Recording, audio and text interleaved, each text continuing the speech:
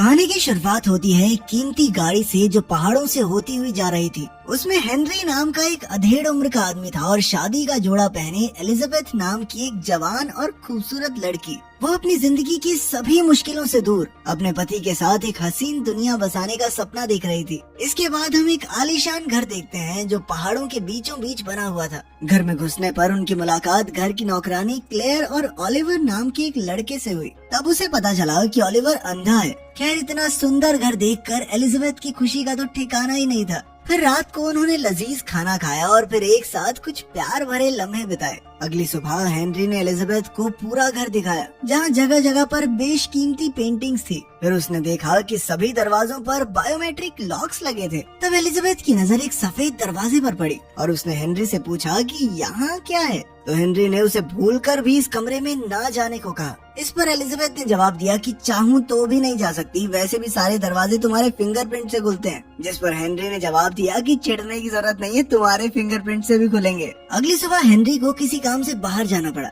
Elizabeth ने pool में नहाकर तरह तरह के कपड़े और गहने पहनकर टाइम पास किया। फिर रात को उसने क्लेयर और ओलिवर को घर से बाहर जाते देखा। बाद में उसे नींद नहीं आ रही थी तो वो अकेली घर में घूमने लगी और जैसे ही वो उस सफेद दरवाजे के सामने पहुंची तो वो खुद को अंदर जाने से रोक नहीं पाई। उसने दरवाजा खोला तो देखा कि एक साइंटिफिक लैब थी। एलिजाबेथ ने वहाँ एक बटन दबाया तो अचानक एक ग्लास कैप्सूल उसके सामने आया जिसमें एक जवान लड़की थी और उसके मुंह में एक ट्यूब लगी हुई थी। एलिजाबेथ ने देखा कि ये लड़की हूबहू उसके जैसी दिखती थी और इस बात से वो इतना डर गई कि तुरंत वहाँ से भाग निकली। मगर इसी चक्कर में वो एक टेबल से टकरा गई और उसकी उंगली में कांच लग गया। फिर अगली सुबह हेनरी लौट आया और एलिजाबेथ के लिए पियानो बजाने लगा, पर जल्द ही उसने देखा कि एलिजाबेथ अपने ही ख्यालों में खोई हुई थी। हेनरी ने उसकी उंगली की चोट के बारे में पूछा तो क्लेयर ने झूठ कह दिया, मगर हेनरी पहले से जानता था कि एलिजाबेथ झूठ बोल रही है। फिर रात को एलिजाबेथ ने सोने का नाटक किया और जैसे ही हेनरी उस खुफिया कमरे में जाने के लिए उठा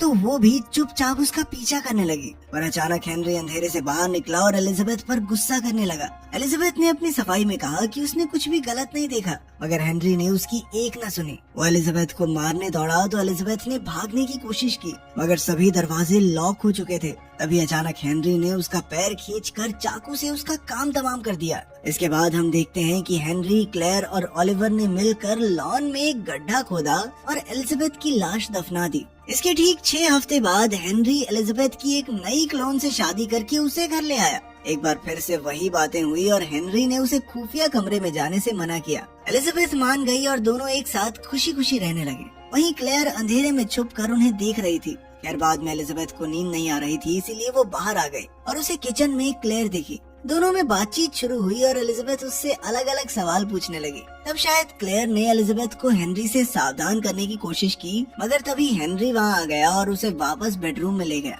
अगली सुबह हेनरी किसी काम से चला गया तो एलिजाबेथ घर में घूम रही थी। उसने क्लेयर और ओलिवर को आवाज दी पर वहाँ कोई भी नहीं था। तब उसने फिर से पहले की तरह अलग अलग कपड़े और गहने पहने, लेकिन फिर वो दोबारा से खुद को रोक नहीं पाई और खुफिया कमरे में चली गई। कुछ समय बाद वो भी चिल्लाती हुई भागती हुई बाहर आई। अगली सुबह हेनरी वापस लौटा तो उसने देखा कि एलिजाबेथ काफी घबराई हुई थी। वो समझ गया कि एलिजाबेथ ने उसकी बात दोबारा से नहीं मानी। अचानक उसने एलिजाबेथ पर हमला करके उसका गला दबाने की कोशिश की, पर एलिजाबेथ उसे धक्का देकर भाग निकली। उसने किचन से चाकू उठा लिया और इधर हेनरी क्लोरोफॉर्म वाला कपड़ा लेकर वहाँ आया। फिर वो एलिजाबेथ का ध्यान भटकाने के लिए पियानो बजाने लगा। अब वो धीरे धीरे उसकी ओर बढ़ा और अचानक उसके चेहरे पर क्लोरोफॉर्म वाला कपड़ा रख दिया। तब एलिजाबेथ ने बेहोश होने का नाटक किया और अचानक हेनरी के पेट में चाकू घोंप दिया। हेनरी चोट की वजह से वहीं गिर गया और जल्द ही एलिजाबेथ भी बेहोश हो गई। बाद में जब उसकी आँख खुली तो वो खून से सनी हुई थी और हेनरी मर चुका था। अब एलिजाबेथ ने तुरंत जमीन से खून साफ किया और किचन साफ की। फिर उसने हेनरी की लाश कपड़े में बांधकर लिफ्ट में छुपा दी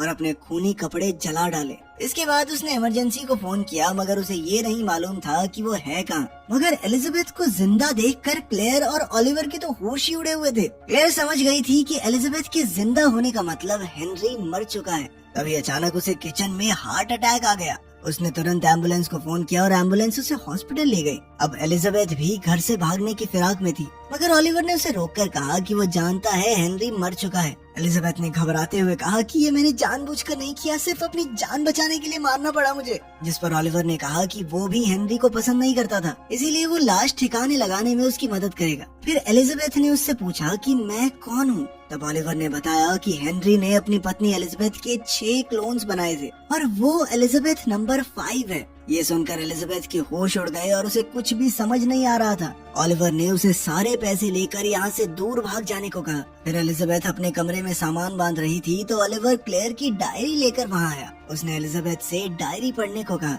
और फिर बातों बातों में बाहर का दरवाजा बंद करके चला गया। एलिजाबेथ को कुछ समझ नहीं आ रहा था और वो बार बार दरवाजा खोलने को कहने लगी, पर ओलिवर ने उसकी एक न सुनी। तब एलिजाबेथ उदास होकर क्लेयर की डायरी पढ़ने लगी। उसे पता चला कि क्लेयर एक बेहतरीन जेनेटिक साइंटिस्ट थी और हेनरी ने क्लेयर को अपने साथ काम करने के लिए बुलाया था। मगर जब उसे पता चला कि उसे क्या करना होगा तो उसका खून सूख गया। हेनरी ने उसे बताया कि उसकी पत्नी एलिजाबेथ ओलिवर को जन्म देते समय एक जानलेवा बीमारी के चलते मर गई थी। इससे हेनरी को इतना गहरा सदमा लगा कि उसने एलिजाबेथ के जीन्स निकाल कर उसके 6 क्लोन्स बना दिए। मगर बदकिस्मती से उन सब में भी उसी बीमारी के सेल्स पनप रहे थे। फिर हेनरी ने कैप्सूल्स खरीदकर क्लोन्स को उसमें रखा। जब क्लेयर वहाँ आई तो सिर्फ 4 क्लोन्स बचे थे।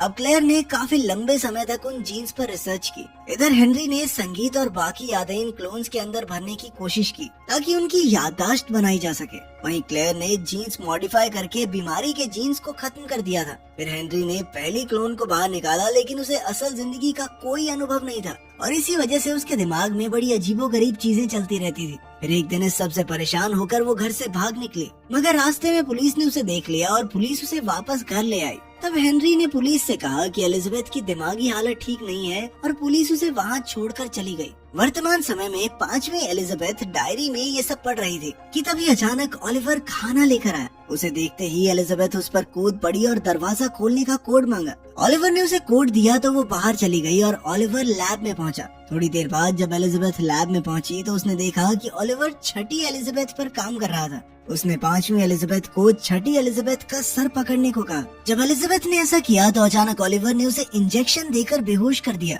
तब एलिजाबेथ ने बेहोशी की हालत में सपना देखा जहां उसे अपनी सभी क्लोन्स की जिंदगी दिखाई दी। बाद में उसकी आँख खुली तो वो बिस्तर पर जंजीरों से बंधी हुई थी। अब वो हताश होकर फिर से क्लेयर की डायरी पढ़ने लगी। उसने पढ़ा कि क्लेयर की रिसर्च जारी थी पर 1 हफ्ते में ही पहली क्लोन मर गई। हालांकि क्लेयर ने बीमारी के जीन्स खत्म कर दिए थे, इसीलिए उसे समझ नहीं आया कि ऐसा हुआ क्यों। अब हेनरी को काफी गहरा सदमा लगा क्योंकि उसने अपनी जिंदगी के कई साल इस रिसर्च को दिए थे। इसके बाद हेनरी और क्लेयर एक दूसरे के करीब आ गए। तभी एलिजाबेथ के कमरे में ओलिवर आ गया और उसने पूछा कि क्या क्लेयर ने उसके बारे में कुछ लिखा है। एलिजाबेथ ने उसे बताया कि तीसरी क्लोन की मौत के बाद हेनरी और क्लेयर का अफेयर शुरू हो गया था। तब ओलिवर ने उसे बताया कि बचपन में उसे एलिजाबेथ बहुत अच्छी लगती थी क्योंकि उसने आज तक इतनी सुंदर लड़की नहीं देखी थी। तब हमें पता चलता है कि ओलिवर शुरुआत से अंधा नहीं था। फिर एक रात ओलिवर ने हेनरी और एलिजाबेथ को किस करते हुए देख लिया और तब हेनरी ने गुस्से में ओलिवर को अंधा कर दिया था। ये बताकर ओलिवर बाहर चला गया। तब एलिजाबेथ ने डायरी में पढ़ा कि क्लेयर ने हेनरी से रिश्ता तोड़ दिया क्योंकि एलिजाबेथ के क्लोन्स के साथ मुकाबला करना उसके बस की बात नहीं थी। बाद में क्लेयर ने रिकॉर्ड्स की जांच की तो उसे पता चला कि असली एलिजाबेथ ने किसी बच्चे को जन्म दिया ही नहीं था।